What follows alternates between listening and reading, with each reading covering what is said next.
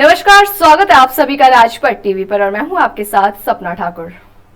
बांदा में 1 अगस्त 2022 को बांदा जनपद के कमासन थाने में सिपाही राघवेंद्र सिंह के द्वारा कथित आत्महत्या केस में आरक्षी सिपाही पिता गोकुल प्रसाद पुत्र खुशी राम निवासी ग्राम पुलगहना थाना शाजापुर जिला झांसी के पुलिस अधीक्षक को शिकायती पत्र देते हुए बताया कि थाना कमासन ने 30 जुलाई 2022 को फोन के द्वारा उसे आत्महत्या की सूचना दी गई थी, जिसके बाद ये घटना घटित हुई है।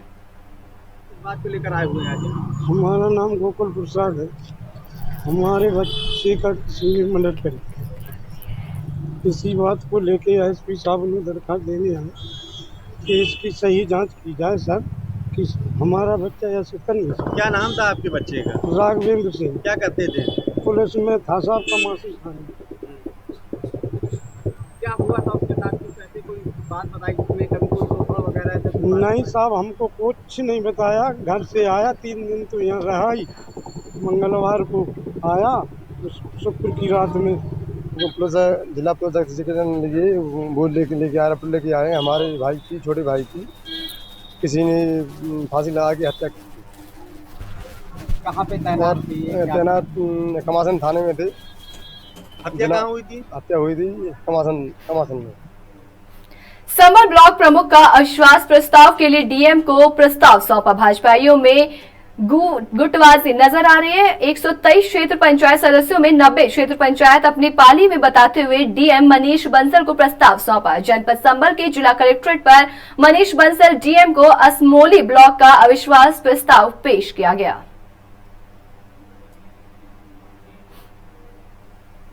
फतेहपुर जिले में कल दिन दहाड़े हुई लाखों रुपए की सनसनीखेज चोरी की वारदात का पुलिस ने खुलासा करते हुए 2 आरोपियों को गिरफ्तार कर उनके कब्जे से 7 लाख के सोने और चांदी के गहने बरामद किए।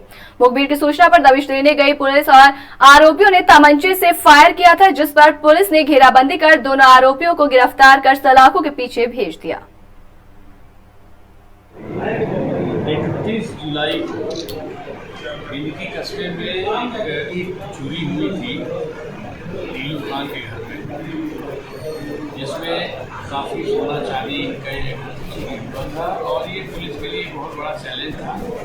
लेकिन संयोग से सीसीटीवी फुटेज मिल जाने से पुलिस को बहुत सारा सहयोग मिला और 18 घंटे के अंदर दोनों अभी पकड़ लिए गए हैं।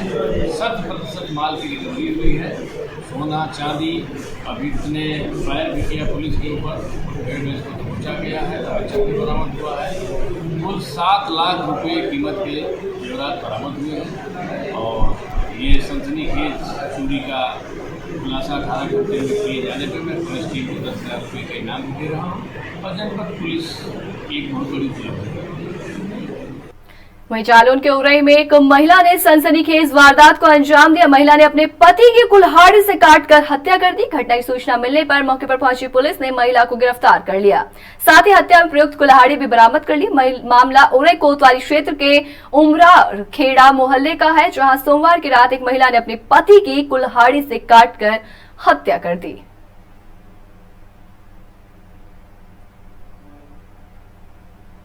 ये घटना कल की घटना उरई कोतवाली क्षेत्र की, जिसमें कि एक महिला ने अपने पति को कुल्हाड़ी से वार किया, जिसमें उसकी मृत्यु हो गई।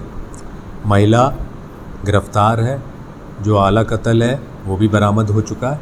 बाकी की जो विधिक कार्रवाई है वो पुलिस द्वारा की जाएगी।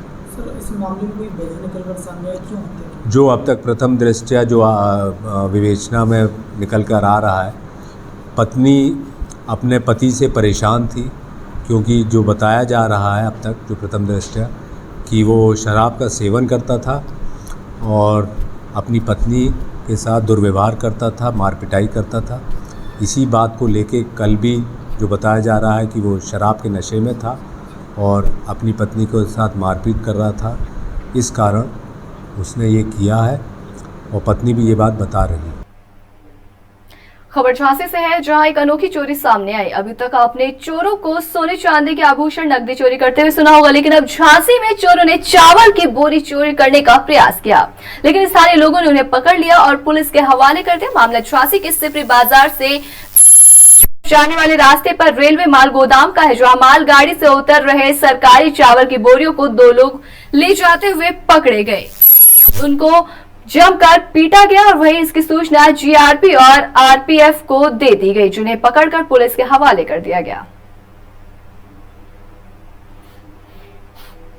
कासगंज जिलाधिकारी हर्षिता माथुर और पुलिस अधीक्षक बीबीजीटीएस मूर्ति द्वारा जिलाधिकारी कार्यालय स्थित रुद्राक्ष सभागार में आगामी त्योहार मुहर्रम, श्रावण मास और रक्षाबंधन और स्वतंत्रता दिवस आदि में शांति एवं सुरक्षा व्यवस्था के मद्देनजर जनपद में अपर जिलाधिकारी, अपर पुलिस अधीक्षक, जनपद के समस्त उप जिलाधिकारी और क्षेत्राधिकारी और थाना प्रभारी आदि अधिकारी गणों और जनपद के सम्मानित व्यक्तियों और धर्मगुरुओं के साथ गोष्ठी की गई।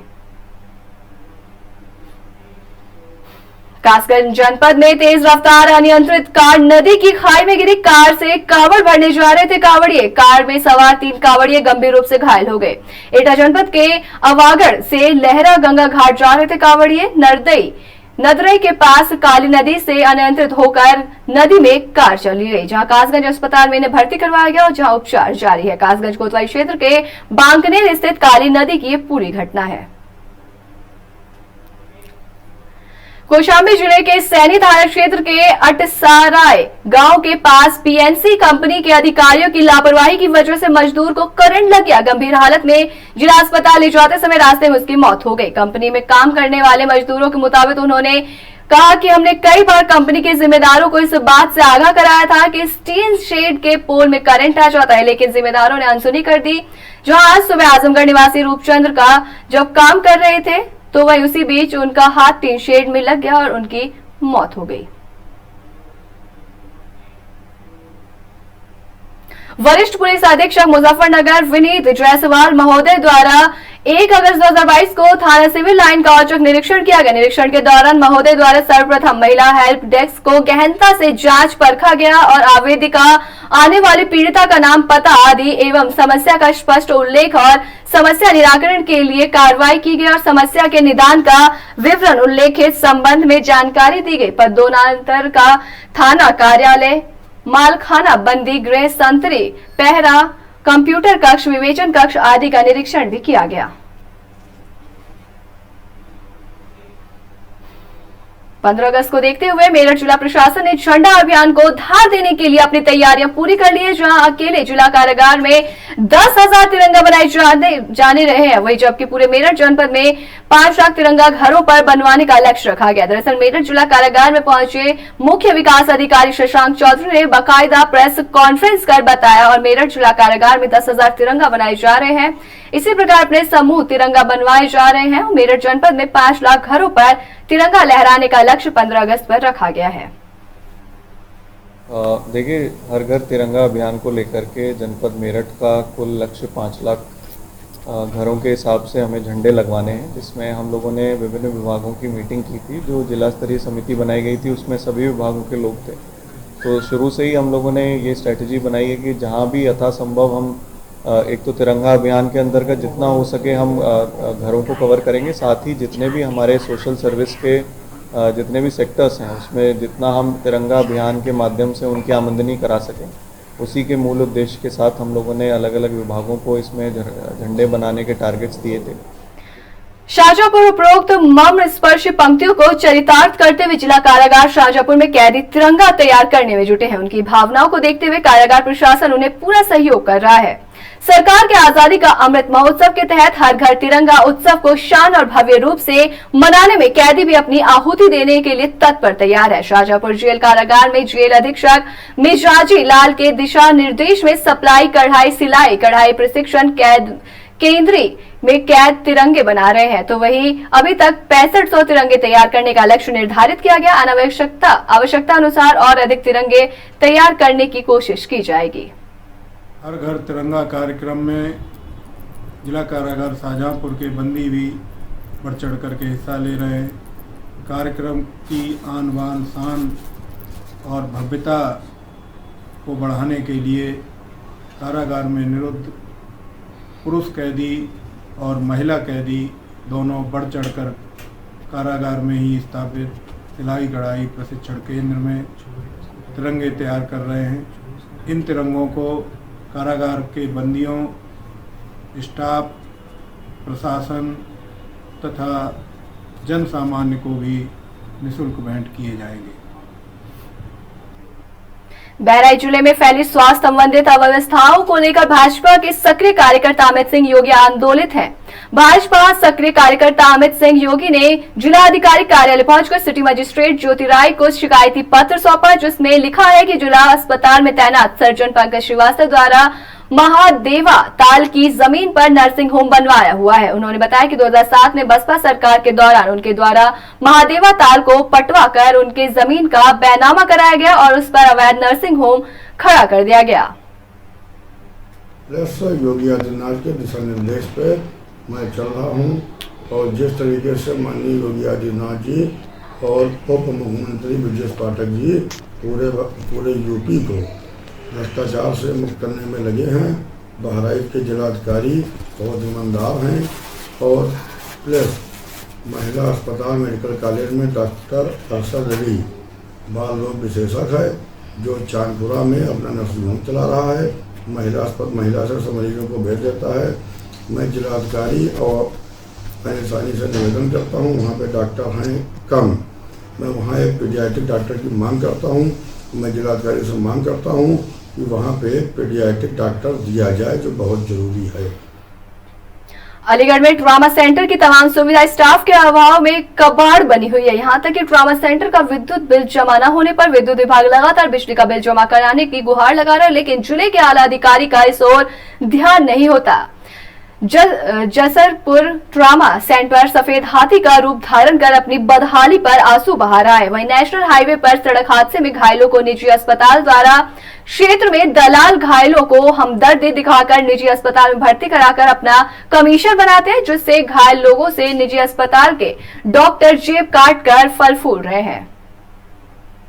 डॉक्टर साहब क्या नाम है आपका? मेरा नाम डॉक्टर गजन सिंह है। मैं यहाँ पे चिकित्सा अधिकारी पद पर नियुक्त हूँ।